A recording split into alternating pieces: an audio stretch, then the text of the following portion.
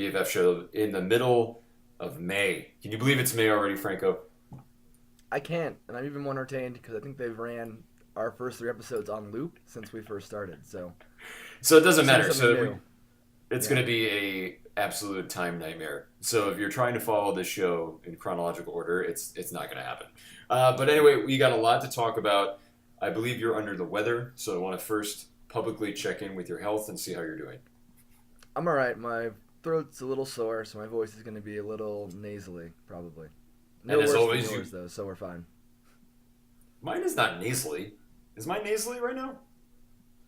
Stad, tad. Uh, I'm going to say it's not, and you're lying. So I'm going to move on anyway. Moving on to the awards of the show. You, as always, win best backdrop. I have a laundry basket there, and I have some other bags in the corner. But I think we were always knowing that you were going to win that award every week because you have framed it beautifully. I love it. Don't have a lot of talents, but putting a chair in the right spot's one of them. I just have nothing on the walls. I think that's the problem. I need to put some stuff on the walls at some point. You have a very nice backdrop, and I'm sad that I don't. Get a man cave. Just like that, get a man cave. So for today's show, we figured we were going to talk about one of our, as you know, if you're a fan of the show, and you must be because you've been watching 3 episodes in a row over and over again, the same 3 in the same cycle. But this is a new one. But we're going to talk about one of our favorite things is wrestling, and one of the interesting topics to talk about in wrestling is the current state of WWE NXT. NXT has been long promoted as the starting ground for people that are moving up to Raw or SmackDown, but it really kind of changed maybe about a year or 2 years ago where it became its own brand that was identifiable as a separate tour, separate shows. It had everything that was separate, new championships for tag, women's, and men's. And then it turned into this thing where they had really excellent wrestlers like Finn Balor. They had Kevin Owens for a while. They had Bayley, Sasha Banks, Charlotte. They were putting on tremendous matches, selling out big arenas like the Barclays Center and over in LA as well. Staples Center, I believe they did some shows, or maybe not. Maybe I'm thinking more Chicago Allstate in some areas. But what's happened now, though, is all those people have left. So sort of the golden age of NXT has kind of ended, and you're left with interesting roster, but a roster that nonetheless isn't, in my opinion, at the same level. And I don't know what your thoughts were about that transition, Franco. Did you see this coming, or did you always think that this was the plan, that they were going to sort of ramp down a bit, if you will, in terms of the talent? And I think there's still some talented people in NXT. I'm not saying that, but I think in terms of what they were putting on as a spectacle for quite some time. I think they've always intended it to be a call-up show, to be a feeder for the major brands. I think the golden age was more a fluke, just that much talent coming at one time. I think we've kind of seen the return to being a feeder. I think they're going to focus on that instead of making it a big spectacle because they don't want to take away attention from their 2 main brands. So that's interesting. You think it was by? I think it was by accident too. I don't think that they ever intended on Finn Balor, Owens, Bayley, Charlotte, Sasha getting as over as they did in NXT as quickly as they did. I think in some ways you're right, but I also think that they still plan on bringing those people up. And I think that era of NXT was kind of a fluke. Like, it was, the popularity became something sort of out of control. And now that they moved them up, they've been able to balance it out better. And again, the big focus is what draws ratings on their main TV shows. And they never want to have NXT be one of the shows that people tune in on, basically instead of Raw or SmackDown. So I think this is a purposeful balance, and I think they've done it for a reason. I think they've had okay success, and I think they'll continue to be this kind of level. But I doubt we'll ever see the same star power they had before. Well, they've tried to replicate that because they had homegrown talent like Enzo and Cass and the Wyatt family, and then they started bringing in outsiders like Kevin Owens, like Finn Balor, and that kind of added a unique layer. I don't know if they were necessarily aware of how popular that they were or would be with the NXT audience, which tends to be it's a smaller crowd. They are very knowledgeable about wrestling history and politics. They're kind of marks, if you will. That's the term that's used in the industry. But it became kind of about celebrating someone's graduation into the world of WWE and having immediate expectations that, okay, Finn Balor's here, he should be champion immediately. It's Kevin Owens and Sami Zayn. How come they're not fighting immediately, and they kind of started ramping those up, especially with Owens, where he immediately turned on Zayn, and they started that program, which was pretty awesome.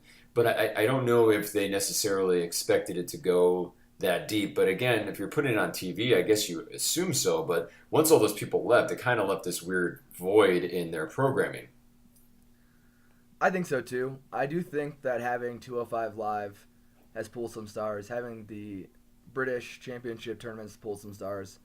Having the women's tournaments pull some stars. I think it's just a case of WWE basically spreading out their developmental talent like across many brands, and that's what we're seeing. I mean, they are still signing people, but not at the same rate. And again, the Golden Age is not going to be as duplicated without that influx of indie stars. And WWE's already kind of swallowed up a lot of the big indie stars, minus your Jay Lethals and some of your Japanese stars. And speaking of sort of who they currently have, that is the outsiders, if you will. Bobby Roode, who's the current NXT champion, coming over from after a very long stint in TNA. Eric Young, as well as in there. You have others coming in like Aleister Black. You have, and I'm missing who's most recently that's come over that I'm missing right now. I think you said all the ones I know. Anyway, yeah. I think there's one other person that I'm blanking on at the moment, but I think those are, while they're names, they're not at the level of when Kevin Owens came in with the hype associated with that when working as Kevin Steen at the time. Same thing with Finn Balor being an international star coming in. Shinsuke Nakamura, who just recently moved up to SmackDown, is another big name that came into NXT for a while, and Samoa Joe, who were huge. I feel like they're kind of left with some folks that are known but not known at that level. And I think that's where they might be struggling a little bit. And you saw that a little bit in last night's takeover that I'll talk to about a little bit later. But I just don't know. What are your thoughts on sort of the current grouping of veterans, if you will, that, in my opinion, I don't think they're as exciting. They're great. I think they're great talent, but they're not as exciting as what we had before. I think the biggest difference in the list you just gave is that the Finn Balor, Kevin Steen, Shinsuke Nakamura, they're all incredibly very polished and very talented in the ring. They came in with a style that really works, and they're already pretty developed. Eric Young and Bobby Roode are coming into a situation where they're relearning how to wrestle a style. And I think that there's a big talent difference between those two. And Roode's a better talker, and so is Young. And they have some of the other intangibles. But in the ring, their work isn't the same. And I think even with the name value they brought in from a major company, without, and like you said, the NXT crowd is very much like an ECW crowd. It's not so much who you are, it's what you do. And without that talent backing their name value, I think that's why we've seen kind of this void come up and suck them in. So the person I was trying to think of was Drew McIntyre, who was with WWE, went on the independent scene. I went to the research zone. You mean the chosen one, Drew McIntyre, who that is flamed out his first time in WWE and then had a very lackluster run in TNA. So that's why you didn't remember it, because it wasn't worth remembering. And then also, we can't forget three-man band, a part of that amazing cabal of jobbers. To be fair, Heath Slater has had a tag team title run. And I believe Jinder Mahal was in that, and he's now up for a championship run. So maybe that's a good sign. Maybe three-man band wasn't as bad as I remember it being. I don't think it was bad. I know we're going off on a tangent. I don't think it was a bad stable. It's just that was a time when they didn't have sort of that jobber role where they weren't really paying much attention to wins and losses so much, so that when you had these guys come out, you knew they were going to immediately lose. But then they went back immediately following, about a year ago, they went back to sort of having some typical jobbers, which are no-name people that are no-name to the general audience that just are there to lose and put people over. They did that with Braun Strowman for about, I want to say, like 2 months. Yep, and then they did that with Nia Jax as well, and then that kind of helped because it was really hard to get into when you say, Alicia Fox finally just won a match recently after not winning anything for quite some time, but that's how they were using their talent. They had a group of people that were, every time you saw them, you're like, oh, they're going to lose. And that's kind of what three-man band became until the brand split, when they actually kind of gave them some breathing room to actually go ahead and be wrestlers. But I'm looking over this list, and I know that Roderick Strong is another name that's come in from the indie scene, and they are also including as NXT Pete Dunne from the UK Championship tournament, and others that participated. So, and you have Johnny Gargano, you have Ciampa as well, and it's just interesting because I think when you look over this grouping, there's a lot of talent that is good, strong from the indie scene. So, for example, when I got watching NXT Chicago last night with DIY, which is Ciampa and the what am I blanking on? Johnny Gargano, and that was excellent wrestling to me, even though they were against Authors of Pain, which again, it's this weird kind of blend where they have the indie scene guys that are beloved by the audience, and then they're pushing the WWE branded generic team of Authors of Pain, and they kind of have. I don't know if they quite know yet still what they're going to be, because I think that you can keep flooding it in with all this indie talent, but there's going to be an expectation that that indie talent is a crucial part of the show. Where last night, even though Hideo Itami and Bobby Roode was for the championship, that was the second to last match, and they put on the DIY versus Authors of Pain match as the main event, which there's reasons, which we'll get to at the end.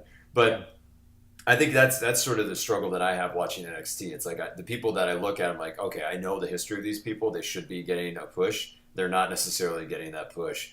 They are working matches that aren't really necessarily to the level of their skill set, in my opinion. But I don't know. I don't know if you've had that thought in recent history watching some recent episodes of NXT.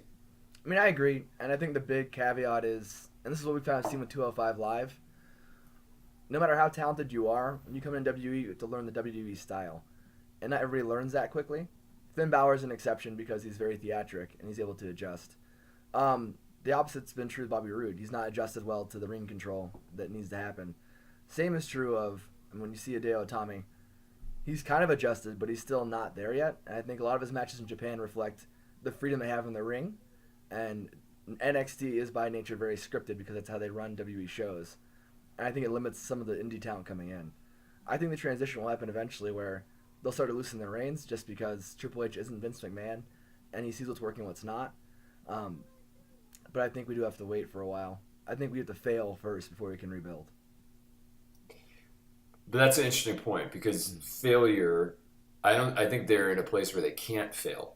And what I mean by that is they've invested so much, WWE invested so much in promoting this as, we want to have you view this as a third brand, not just the training ground. But then that does a disservice, in my opinion, to those, like you said, who are still adjusting to that. I don't know how you reconcile that, especially since they're going all in now. And they stated they're doing an NXT takeover every month, which I think is a big mistake because I don't think that their storylines and their roster necessitates a monthly pay-per-view event. I think it's going to be difficult to sustain that. I liked when they were able to kind of grow and cultivate the storylines and build up the matches at NXT in Florida, and then associated with any of the big four pay-per-views in WWE proper, they had an NXT takeover, which made it more exciting and allowed the storyline to build. Now it just seems like this is going to be treated like any other brand where they're going to have to be expected to do something once every month or 2 months, and I think it kind of does a disservice to put out folks that are not quite ready for that spotlight. I mean, I agree. And the problem with doing every month is that it loses its luster. Like when WrestleMania 2 years ago, when they had NXT TakeOver, I believe it was Dallas or San Antonio, Texas place. I mean, that felt like an event. It felt like we haven't seen these wrestlers on pay-per-view before. And so it was really special. And that the Sami Zayn Shinsuke Nakamura match. I mean, that felt special because we hadn't seen on pay-per-view because there's only one for every quarter. Whereas now, with every month, you're not going to have that special, like, is this match going to happen? Is it Samoa Joe and Shinsuke in a cage? Is it Bobby Roode versus Eric Young for the first time since coming over from TNA? Like, you're not going to have that luster because that's going to be done over and over again because you have to trade wins to keep the talent roster valid. So I think it's a big mistake, and I think you're right. I don't agree that they can't fail. I think they pay close attention to the subscribers and the view count, and I think by failure what I mean is that the view count will drop. And I think that will be the failure for them. Not so much the brand will fail, just that they'll lose subscribers.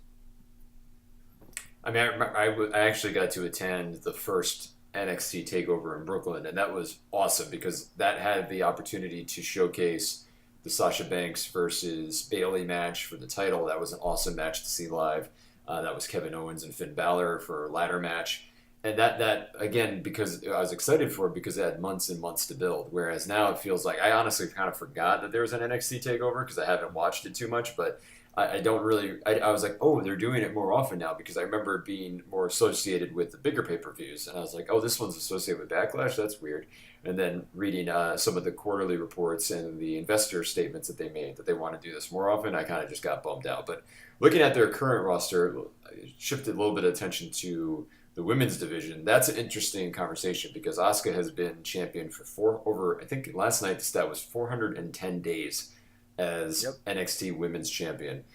Multiple people have come through to that they've put her in programs with, from Nia Jax to Bayley to Mickie James. They brought in on a one-off, and she worked with Ruby Rose and Nikki Cross last night in a triple threat match, which was supposed to also have included Ember Moon, who got sidelined. I think Ember Moon is actually going to be groomed to take her spot, but the Asuka's at a whole nother, in my opinion, at a way much more expertise level than even like a Peyton Royce that they've tried to push before as a top heel. But they're basically doing the same storyline they did with Sasha Banks and with Charlotte for Peyton Royce, or this Bad Girls Club. So, and that the women's division seems to be lacking that second person.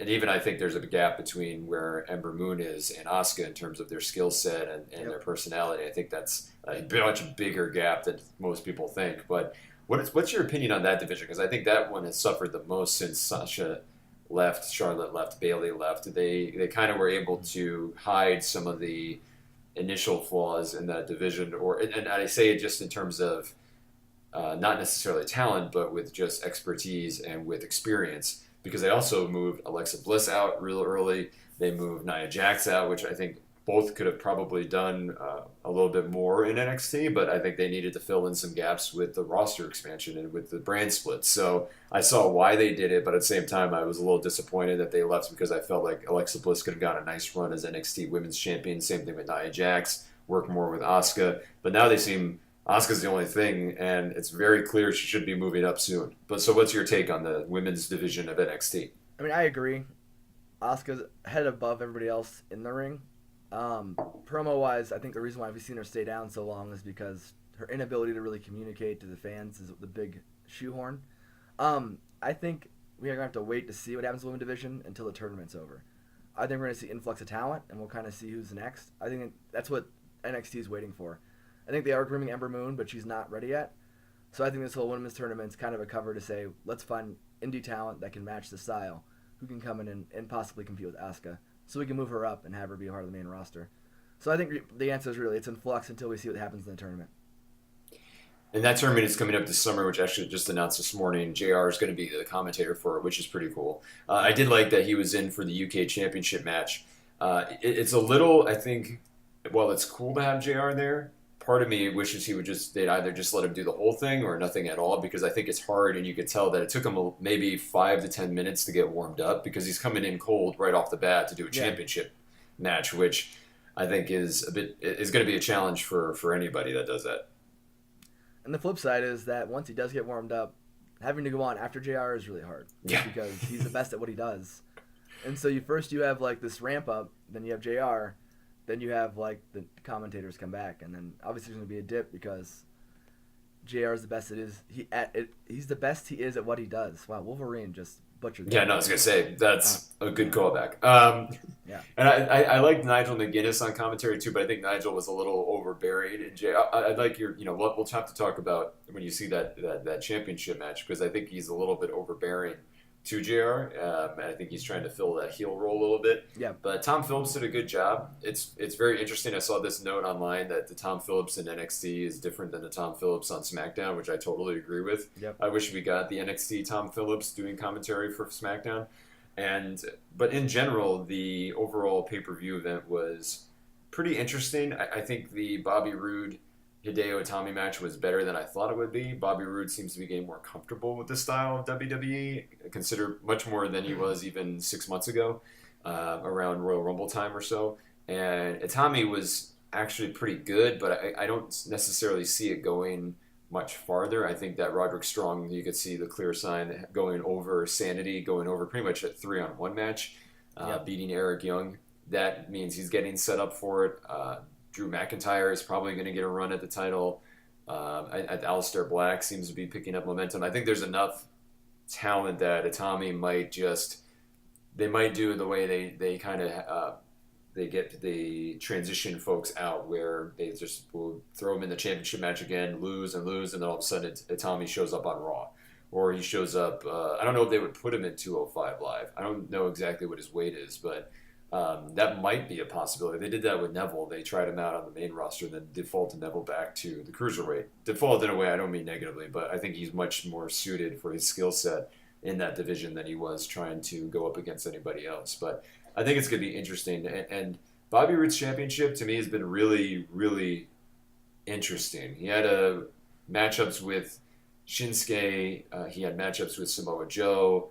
And that was a weird transition because I remember I attended the Vegas NXT and Joe was on his way out, but they were still having Joe in the storyline. It was kind of like a weird transition period where they were clearly still going to move on from Shinsuke being champion after he just beat Samoa Joe to Bobby Roode.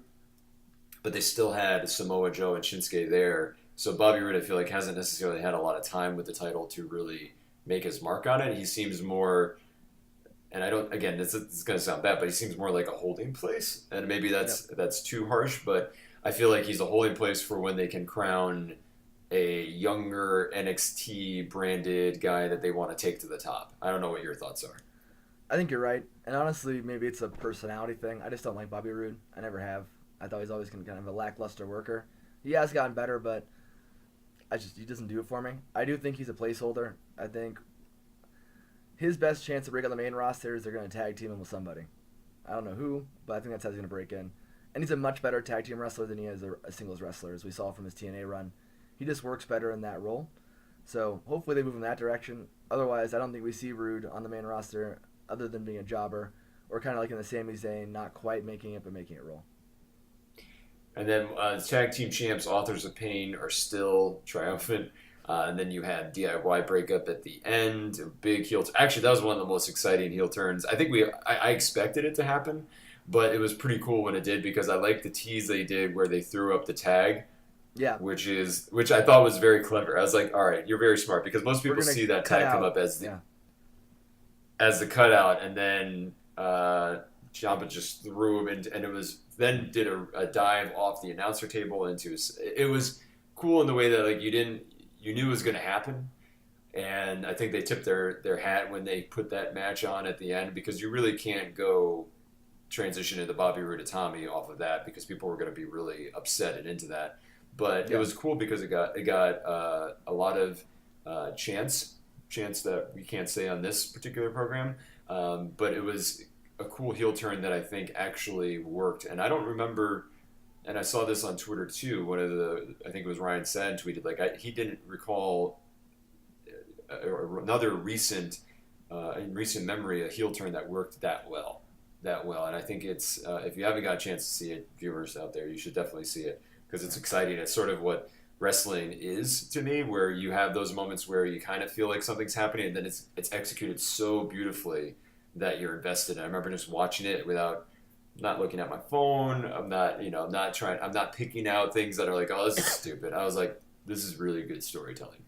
Yeah, and it was kind of what I liked is it borrowed a little bit from the Shawn Michaels Marginetti turn way back in the day, with the Titantron serving as a glass mirror. Like, I like that a lot. And then it kind of stole from the Bautista Triple H turn, like way back when Evolution was a thing, with the announce table. I think it paid the right amount of homage to the turns that come before it, and I watched it on YouTube briefly while you were messing around your room. I think it was powerful enough, and it was you can't overlook selling when it comes to a turn and being the sympathetic character, and Griano took a beating like nobody's business, so that really helped a lot.